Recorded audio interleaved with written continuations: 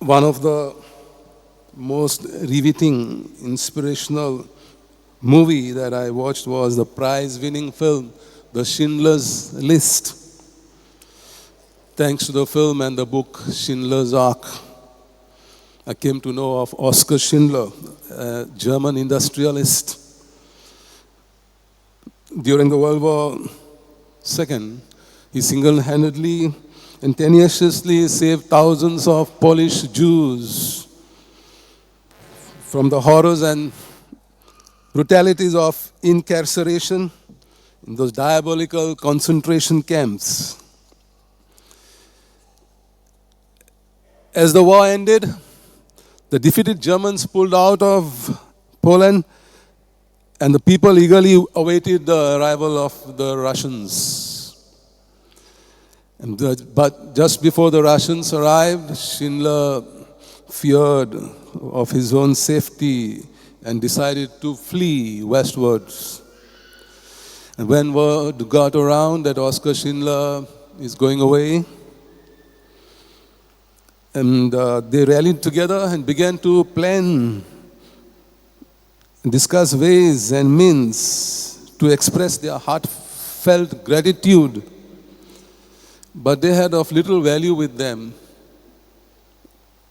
They were starved, naked, and had nothing on themselves. But suddenly one man opened his mouth and pointed to his teeth, which was having gold bridge work on his teeth.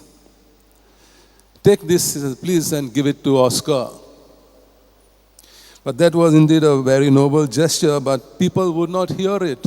He says, please, take this, because if not, it would have been lying besides with other golden fangs in the concentration camp. The SS would have taken it away, and his teeth would be in the warehouse. So people agreed, and one of them was a dentist. He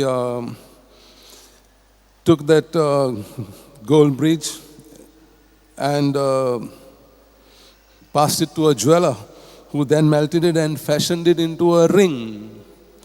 And on the inner rim of that ring, he inscribed the following words from their sacred book, Talmud. The one who saves a single life saves the entire world. That was a deeply moving gesture of gratitude.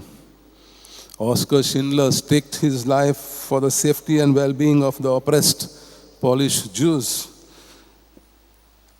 But for him, they were destined for an unimaginable sufferings and gruesome death.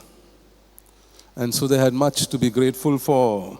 And in spite of their circumstance, they did in the most admirable and heartwarming manner. And in the words of a French proverb, gratitude is the memory of heart. We all know from experience that nothing is more heartbreaking than ingratitude. So Jesus had healed the 10 lepers, but only one person comes back to thank him. When the lepers asked for mercy and healing, Jesus told them, go yourselves and show yourselves to the priests. Because then the priests were the doctors, they were the lawyers, and they were the leaders who knew everything. So doctors, not only philosophical doctors, but medical doctors, everything. So Jesus told them, go there. And these lepers, when they turned around, they saw they were still not healed. But they knew that was a command of healing. And with faith, they went to the priests. And of course, the priests have to give a certificate saying that they are healed and all right to come back to the society. Because then the lepers were outcasts. They could not come in town. They have to live like animals.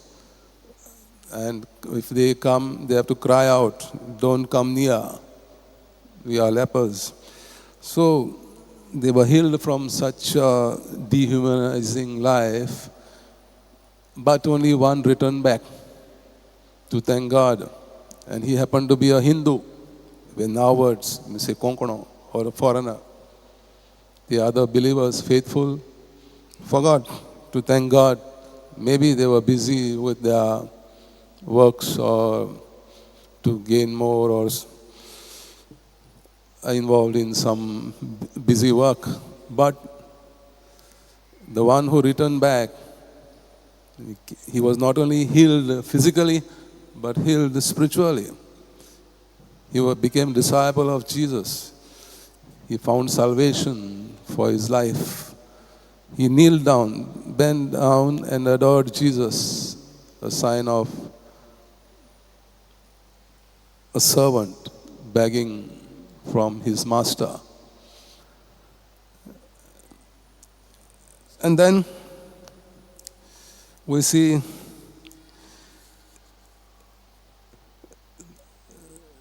in the opening prayer we heard, "Lord, may our love for you express itself in our eagerness to do good for others."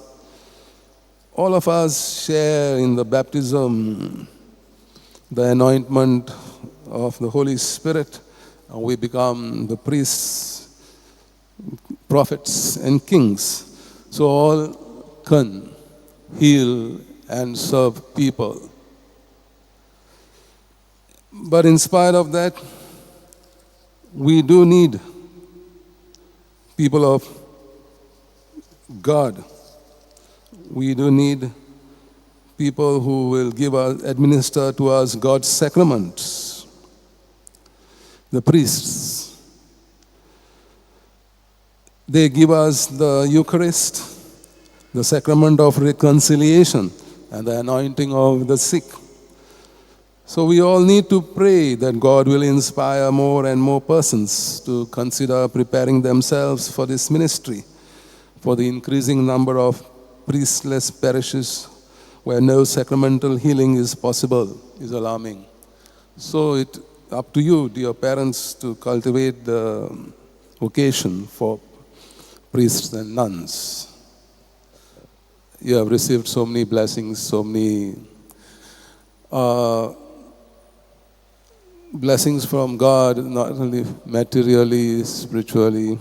So it would be nice to express your gratitude by inculcating the faith and devotion to serve people and serve God through your sons and daughters. So today's gospel is really a parable describing redemption, about what Jesus has done for all of us. We are healed, reconciled with our God, just as really as the grateful Samaritan is healed of his leprosy.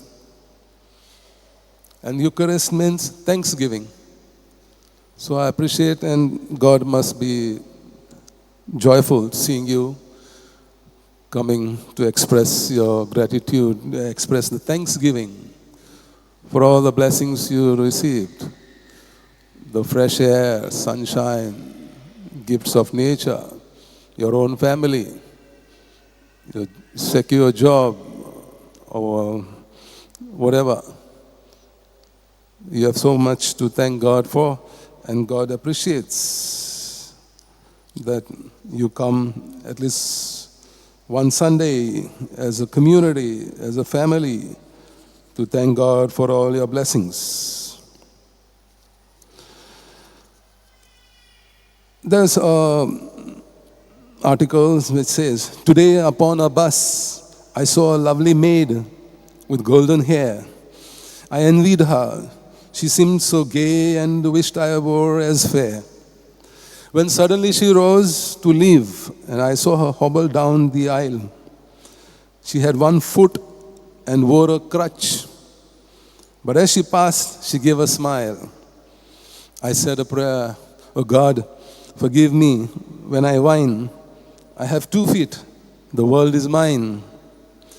When I stopped to buy some sweets, the lad who sold them had such charm. I talked with him. He said to me, "It is nice to talk to folks like you.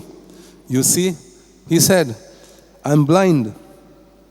I said a prayer, "Oh my God, forgive me when I whine. I have 2 eyes, the world is mine." Then walking down the street, I saw a child with eyes of blue. He stood and watched the others play. It seemed he knew not what to do. I stopped for a moment. Then I said, "Why don't you join the others, dear?" He looked ahead without a word, and then I knew he could not hear. I said a prayer, "Oh God, forgive me when I whine. I have 2 ears, the world is mine."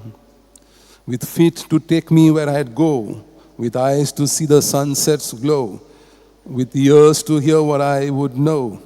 Oh God, forgive me when I whine. I am blessed indeed, the world is mine.